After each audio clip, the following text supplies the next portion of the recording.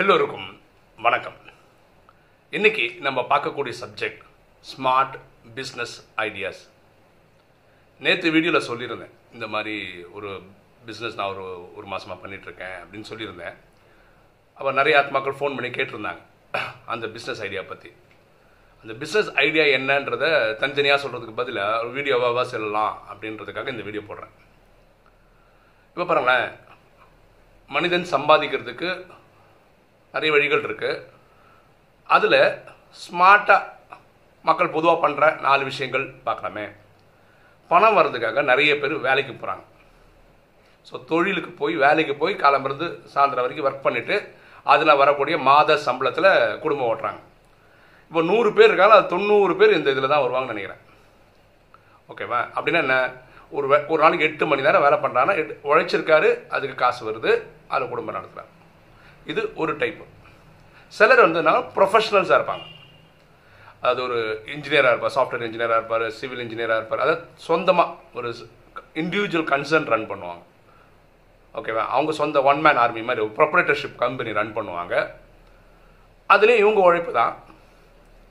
ஆனால் இவங்க office time மாதிரி இல்லை. இவங்க நினைக்கிற டைம் ஃப்ளெக்சிபிள் டைம் என்னன்னா, இவங்க தான் ஓனர்ன்றதுனால ஒரு நாள் ஃபுல்லாக ஒர்க் பண்ணலாம், சில நாள் லீவ் எடுக்கலாம், என்ன வேணால் பண்ணலாம். இந்த சுதந்திரம் அவங்களுக்கு இருக்குது. இது ப்ரொப்ரைட்டர்ஷிப்ன்றது 2வது கான்செப்ட். இந்த ஃபஸ்ட்டு 2மே அவங்களோட உடல் உழைப்புக்கு வரக்கூடிய பைசா தான், அவங்களுடைய மூளைக்கும் சேர்ந்தது தான் பைசா. இது ஃபஸ்ட்டு 2. 3வது வந்து ஒரு கம்பெனி நடத்த வேண்டியது, அந்த கம்பெனி வழியாக நிறைய ஆளுங்களுக்கு வேலை கொடுக்க வேண்டியது. அப்படி வரும்போது என்னதுன்னா, அந்த தொழிலாளி ஒர்க் பண்ணுறாங்க, ஒரு மார்க்கெட்டிங் எக்ஸிக்யூட்டிவ் ஒர்க் பண்ணுறான்னு வச்சுக்கோங்களேன். ஒருவேளை அவருக்கு ஒரு மாதம் சம்பளமே 1 லட்ச ரூபா தராங்கன்னு வச்சுக்கோங்களேன். கண்டிப்பாக அவர் அந்த ஒரு மாதம் ஒரு 10 மடங்காவது சம்பாதிச்சு கொடுக்கணும் அந்த கம்பெனிக்கு. அப்போ தான் அவருக்கு 1 லட்ச ரூபா அந்த கம்பெனி தர முடியும். சப்போஸ் அந்த கம்பெனியில் 10 பேர் ஒர்க் பண்ணாங்கன்னா 10 லட்ச ரூபா தராங்கன்னா ஒவ்வொருத்தரும் 10 லட்ச ரூபா சம்பாதிச்சு கொடுத்தா தான் அந்த கம்பெனி வரணும். அப்போ அதெல்லாம் வந்து முதலாளிக்கு லாபம். இப்போ முதலாளிக்கு என்ன பியூட்டின்னா, இவர் ஒர்க் பண்ணுறாரு, இவருக்காக ஒரு 10 பேர் ஒர்க் பண்ணுறாங்க. ஸோ ஒரு நாள் 8 மணி நேரம் தான் இவருக்கு, ஆனால் அதே 8 மணி நேரம் இவருக்காகவே ஒரு 10 பேர் ஒர்க் பண்ணிகிட்ருக்காங்க. அப்போ பெரிய பெரிய கம்பெனி ஆகும்போது 1000 பேர் ஒர்க் பண்ணால், 5000 பேர் ஒர்க் பண்ணால், 1 லட்சம் பேர் ஒர்க் பண்ணால் அவ்வளோக்கு அவ்வளோ அந்த முதலாளிக்கு பைசா. இது 3வது டைப்பு. 4வது வந்து இன்வெஸ்ட்மெண்ட் டைப். இப்போ வாரன் பஃபெட்னு சொல்கிறோம், அவர் உலகத்தில் 2வது பெரிய பணக்காரர்னு சொல்கிறோம். அவர் என்ன பண்ணுவார்னா, யாருக்காவது ஒரு பிஸ்னஸ் ஐடியா இருக்குது, இது இப்படி பண்ணால் இந்த மாதிரி வாழ்க்கையில் மக்களுக்கு யூஸ் ஆகும் அப்படின்னு. அவங்ககிட்ட காசு இருக்காது, ஆனால் ஐடியா இருக்கும். இவங்க இந்த ஐடியாவுக்கு கொண்டு போய் பைசா கொடுப்பாங்க. அந்த ஐடியா கிளிக் ஆகி பெருசாக வரும்போது மக்களுக்கு எல்லாருக்கும் யூஸ் ஆகும். அந்த பணம் வருது இல்லையா, ப்ராஃபிட்டு, அதில் வந்து இவர் என்ன பேசியிருப்பார், எனக்கு இவ்வளோ வந்தால் எனக்கு இவ்வளோ கொடுக்கணும்னு. அந்த காசை இவர் வாங்கிட்டு போயிடுவார். பியூட்டி என்னென்னா, நீங்கள் வேலைக்கு போயிருந்தா சரியா, அப்போ என்ன பண்ணணும், நீங்கள் இன்கம் டேக்ஸ்னு ஒன்று கட்டணும். அப்போது நீங்கள் சம்பாதிப்பீங்க, ஒரு போர்ஷன் கவர்மெண்ட் கொடுத்துருவீங்க. 2வது பிஸ்னஸ் பண்ணுறாங்க, அவங்க பிஸ்னஸ் சம்மந்தப்பட்ட டேக்ஸ் எல்லாம் கட்டுவாங்க, அதுவும் கவர்மெண்ட் ஒரு அமௌண்ட் போய்டும். இந்த இன்வெஸ்ட்மெண்ட் டேக்ஸு யூஎஸில் பொறுத்த வரைக்கும் இல்லவே இல்லை. ஏன்னா ஒரு ஐடியாவுக்கு தான் இவங்க இன்வெஸ்ட் பண்ணுறாங்க. அந்த ஐடியா அப்படியே ஃப்ளாப் ஆகிறதுக்கு வாய்ப்பு இருக்குது, 1 ரூபா கூட திரும்பி வராமல் போகிறதுக்கு வாய்ப்பு இருக்குது. சிலது சக்க போடும். ஸோ எதெல்லாம் சக்க போடுது அதெல்லாம் தான் அவங்களுக்கு வருமானம் இருக்குது. நான் போயிட்டு சொன்னேன் இல்லையா, ஒரு மீட்டிங் போயிட்டு வந்தேன். அந்த கம்பெனி பண்ணுற பிஸ்னஸ் வந்து இந்த லாஸ்ட் டைப் இன்வெஸ்ட்மெண்ட் மெத்தட் தான் பண்ணுறாங்க. ரொம்ப ஸ்மார்ட்டாக பிஸ்னஸ் பண்ணுறாங்க. ஓகேவா?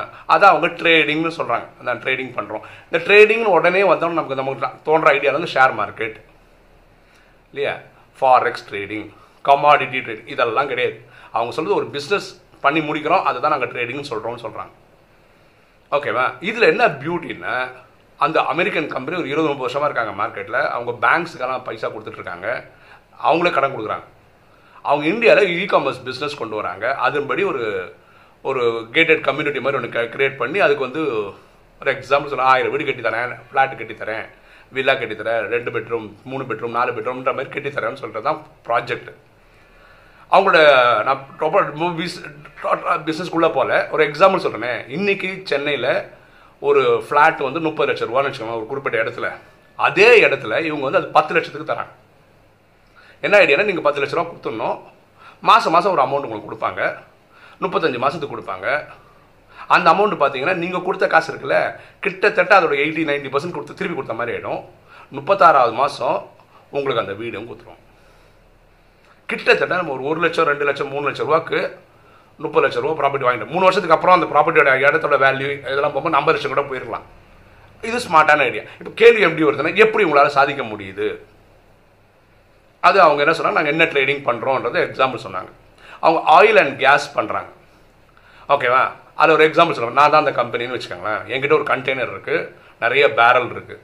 இது பெட்ரோல் வாங்கிக்கலாம், பெட்ரோல் விற்கலாம் வச்சுக்கோங்களேன். இப்போ வந்து என்கிட்ட கண்டெய்னர் இருக்குது, எல்லா பேரலும் எம்டியாக இருக்குது.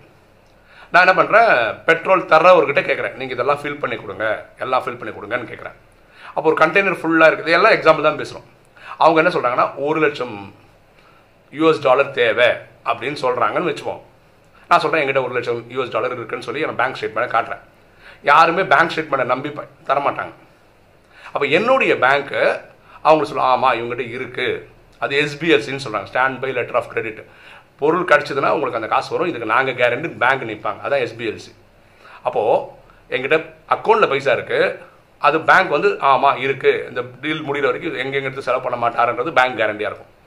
அப்போ இந்த தைரியத்தில் அவர் வந்து $1,00,000 பெட்ரோல் கொடுத்துருவார், ஃபுல் பண்ணி கொடுத்துருவார். அன்றைக்கி கொடுத்து முடித்தோடனே அவருக்கு நான் பேமெண்ட் நம்ம தந்தாகணும். கரெக்டாக? இந்த பெட்ரோல் வாங்கி வச்சு நம்ம என்ன பண்ண போகிறோம்?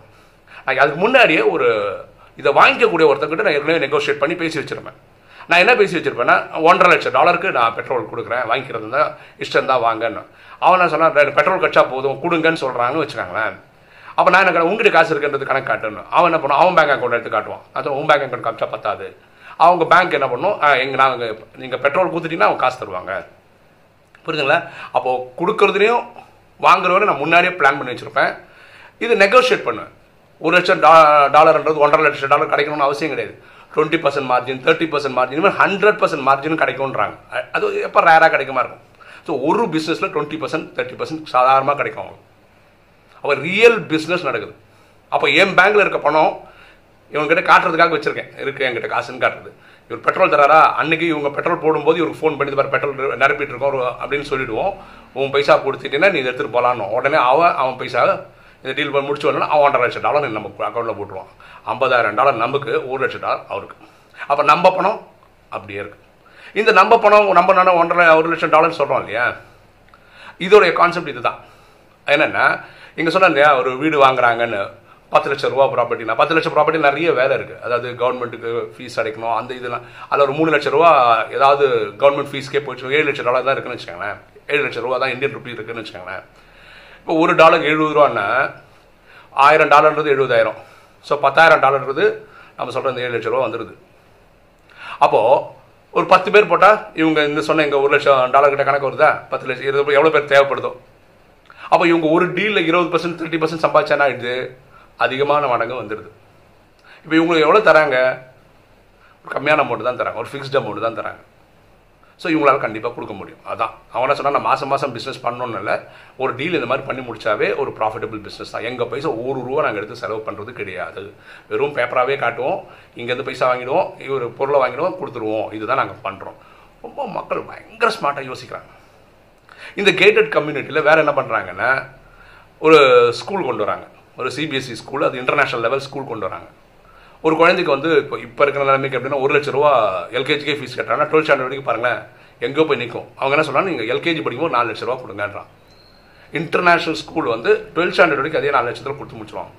ஏன்னா அந்த ஸ்கூலில் வந்து அந்த கேட்டட் கம்பெனியில் 1000 பேர் இருந்தாங்கன்னா ஒரு குழந்தை வேறு ஏதாவது செக்ஷன் படிக்கும்போது ஒரு குழந்தைக்கும் $4,00,000 கொடுக்கும்போது 1000 பேர் கொடுத்து அது 40 கோடி ரூபா ஆச்சு. இந்த 40 கோடியை வந்து அந்த மாதிரி ஆயில் பிஸ்னஸில் பண்ணும்போது பிஸ்னஸ் வரக்கூடிய ப்ராஃபிட்டை வச்சு இவங்க வந்து 12th ஸ்டாண்டர்ட் வரைக்கும் ஃபீஸே வாங்காமல் கொடுக்க முடியுது. அதே மாதிரி கிராசரி, ஒரு வீட்டுக்கு தேவையான மளிகை சாமானுக்கு வந்து $5,000 ஆகுதுன்னு வச்சுக்கலாம், ஒரு வருஷத்துக்கு $60,000 ஆகும். அவங்க என்ன சொல்கிறாங்கன்னா, அது 1/3 சப்போஸ் 20,000 கொடுங்கன்னு சொல்லி ஒரு வருஷத்துக்கு முன்னாடி வாங்கிட்டாங்கன்னா நீங்கள் கொடுக்குற லிஸ்ட்டெல்லாம் ஒரு கணக்கு வச்சுருப்பாங்க. இந்த லிஸ்ட்டெல்லாம் நீங்கள் மாதம் மாதம் இங்கே வந்து வாங்கிட்டு போயிட்டே இருக்கலாம், காசே கிடையாது. இது எப்படி போனாங்க, இந்த பைசாவை அவன் ட்ரேடிங்கில் போடுவான். இந்த ட்ரேடிங் சொல்கிறது ரியல் டைம் பிஸ்னஸ் இதில் பண்ணுறான். இப்படி பியூட்டிஃபுல்லாக ஐடியாஸ் பியூட்டிஃபுல்லாக இருக்குது. மேபி நாளைக்கு இப்படி கூட வரலாம், உங்களுக்கு ஒரு பென்ஸ் கார் வேணுமா, பென்ஸ் கார் வந்து 30 lakhsன்னு வச்சுக்கோங்களேன், அவனுக்கு 10 lakhs கொடுங்கன்னு சொல்லுவான். ஒரு 30-40 மாதத்துக்கு வந்து ஒரு அமௌண்ட் நம்ம கொடுத்துட்டே இருவான். ஒரு 5 ரூபா 10 லட்சத்துக்கு 8 லட்ச ரூபா நான் கேஷாகவே வாங்கியிருப்போம். ஆனால் அது 3வது வருஷத்துக்கு அப்புறம் என்ன பண்ணுவோன்னா அந்த காரை 30 லட்சம் கார் உங்களுக்கு கையில் கொடுத்துருவோம். இது வந்து ப்ராக்டிக்கலாக நடக்குது, நல்லாவும் பண்ணுறாங்க. ஸோ ரொம்ப ஸ்மார்ட்டாக இருக்குது. ஸோ இன்வெஸ்ட்மெண்ட் பிஸ்னஸ் வந்து ₹1 வெளியே இது என்ன பியூட்டினா எல்லா பிஸ்னஸ்லையுமே அவங்களுக்கு வந்து இன்சூரன்ஸ் பேக்டப் இருக்குது. அப்படின்னா இந்த பெட்ரோல் வாங்கிக்கிறேன்னு சொன்னவன் அன்றைக்கி வந்து வாங்கலைன்னா இவன் என்ன கொடுத்துட்டானா இவனுக்கு 1 லட்ச ரூபா கொடுத்தே ஆகணும் இல்லையா? அப்போ என்ன இவங்க பைசா போயே ஆகணும், வேறு வழியே இல்லை. அது அப்படி தான். அந்த மாதிரி ஒரு 2-3 இன்சிடென்ட் தான் வாழ்க்கையிலே நடந்திருக்குன்றாங்க 20 வருஷம் வாழ்க்கையில். ஒரு யூஎஸ் பேஸ்ட் கம்பெனி ரொம்ப பியூட்டிஃபுல்லாக பண்ணுறாங்க. ஸோ நம்மளும் என்ன பண்ணணும்னா நிறைய விஷயங்கள் கற்றுக்கணும். உலகத்தில் என்னென்ன நடக்குது இல்லை தெரிஞ்சு புரிஞ்சு வச்சுக்கணும். நம்ம வாழ்க்கையில் முன்னேறி போனோம் இல்லையா? அதுக்கு இந்த மாதிரி ஐடியாஸ் பண்ணலாம். இப்போ பாருங்களேன், இந்த 4 வழியில் பணம் சம்பாதிக்கலாம். வேலைக்கு போகலாம், நீங்கள் ஒரு ப்ரொஃபஷனலாக இருக்கலாம், ஒரு கம்பெனி நடத்தலாம், ஒரு இன்வெஸ்டராக இருக்கலாம். ஆனால் ரொம்ப முக்கியமான விஷயம் நம்ம சந்தோஷமாக இருக்கோமான்னு மட்டும் பார்க்கணும். நம்ம சந்தோஷமாக இருக்கோம்னா நீங்கள் இந்த நாளில் எது வேணால் பண்ணுங்கள். ஓகேவா? தர்மத்துப்படி வாழ்கிறோமா, ரொம்ப ரொம்ப சந்தோஷம். ஓகே, இன்றைக்கி வீடியோ உங்களுக்கு பிடிச்சிருக்குன்னு நினைக்கிறேன். பிடிச்சிங்க லைக் பண்ணுங்கள், சப்ஸ்கிரைப் பண்ணுங்கள், ஃப்ரெண்ட்ஸு சொல்லுங்கள், ஷேர் பண்ணுங்கள், கமெண்ட்ஸ் போடுங்கள். தேங்க்யூ.